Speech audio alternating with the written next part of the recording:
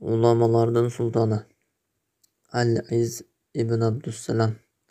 O oğlum, men Allah Taala'nın ululuğun köz aldıma alıp kelgenimde, menin aldımda sultanlardan mışık siyaklı bolup kalganын baykadım.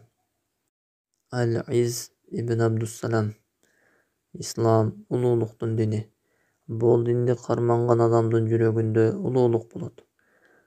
Al ululuk insandын жүрөгүнө орногондон кийин ал жер бетиндеги падышалардын эң улуусунун алдында турса да коркуп калтырабайт.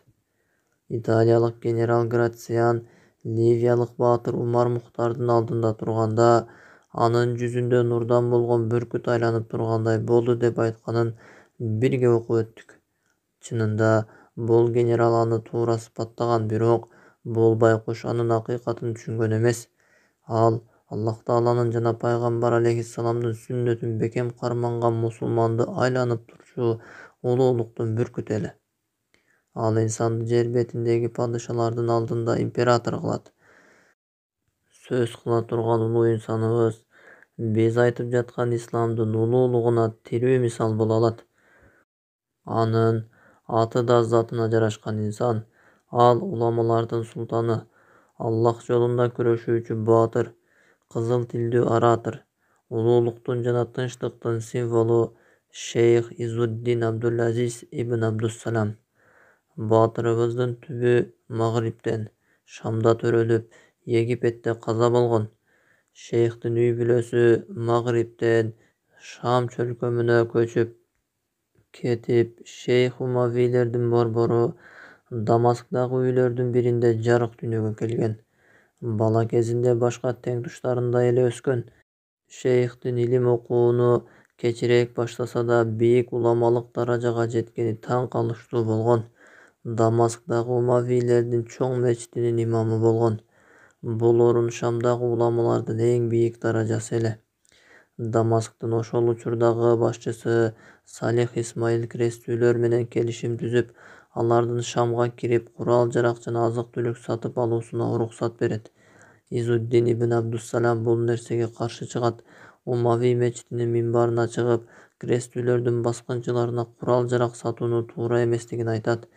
Анын ошол сөзүнүн аягы: "О Аллах, бул үммөткө сага моюн сунгандарды урматтап, сага күнөө кыла тургандарды кордой турган адилеттүү бийлик насип кыл."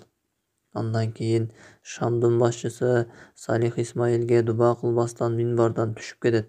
Салих Исмаил муну жетекчиге баш ийбегендик деп шейхке ачууланып, аны өзүнүн чатырынын жанындагы бир чатырга каматып коет. Кечинде Европалык союздаштары менен кечки тамакта отурушканда крестүүлөр шейхтин Куран окуп жатканын угуп калышат. Ошондо Салих Исмаил мыйыгынан күлүп, бул анын силер үчүн абакта отурганы дейт. Крестүүлөр союздаштары Салих Исмаилди жаман сөздөр менен карашып мындай дейт: "Эгер бул киши биздин диний устазыбыз болгондо, биз анын буттарын жууп, андан тамчылаган сууну ичмекпиз." Ошентип, шейх ибн Абдуссалам абактан чыккандан кийин Египетке чыгып кетет. Аны султан Нажмуддин Аюп жылуу тосуп алып, Каирдеги Амр ибн Ал-Ас мечитине имам кылып тайындайт.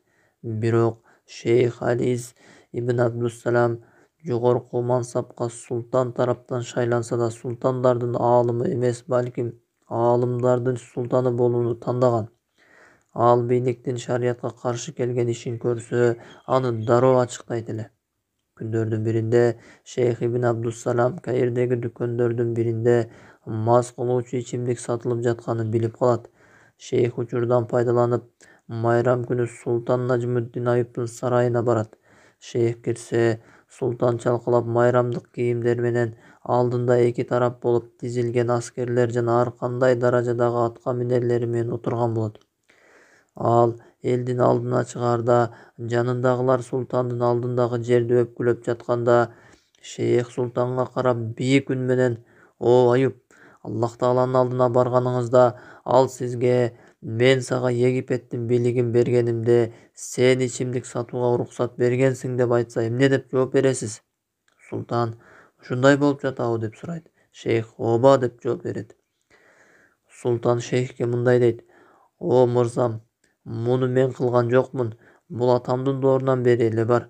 Ошондо шейх: сиз да биз ата-бабаларыбызды ушундай абалда көргөнбүз деп айткандардансызбы? Деп султанды ыңгайсыз абалга салат.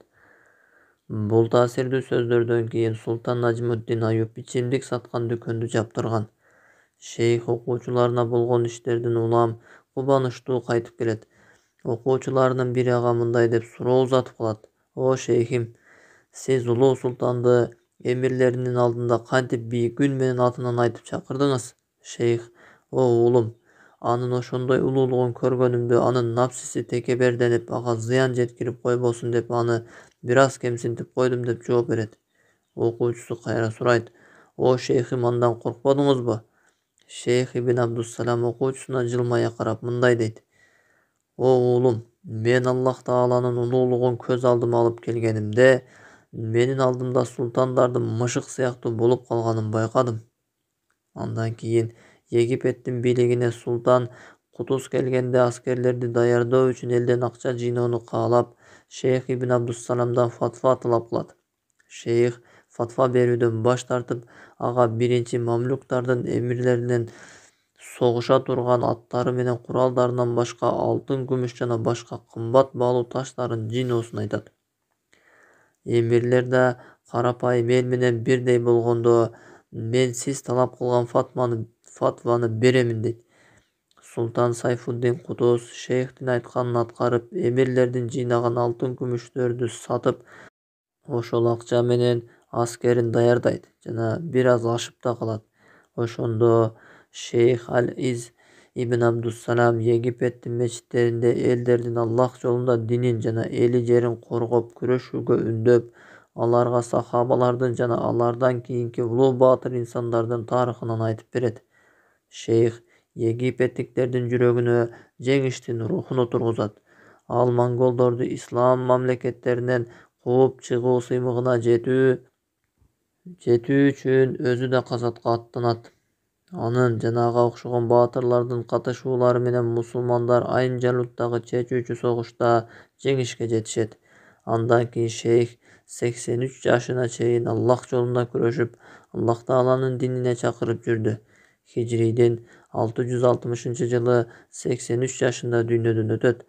Анын жаназасына Египеттин эли катышып, уламалардын султаны шейх Аль-Из ибн Абдуссаламды жоготкондуктары үчүн өксүп ыйлашкан.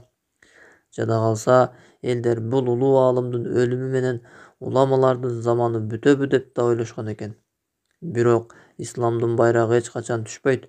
Шейх Аль-Из ибн Абдуссаламдын өлүмүнөн бир жылдан кийин Шамда Ахмад ибн Абдул Халим аттуу бала төрөлөт. Бул бала чоң энелеринин биринин аты менен белгилүү болот.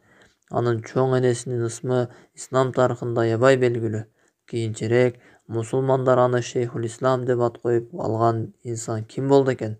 Кезектеги улуу инсан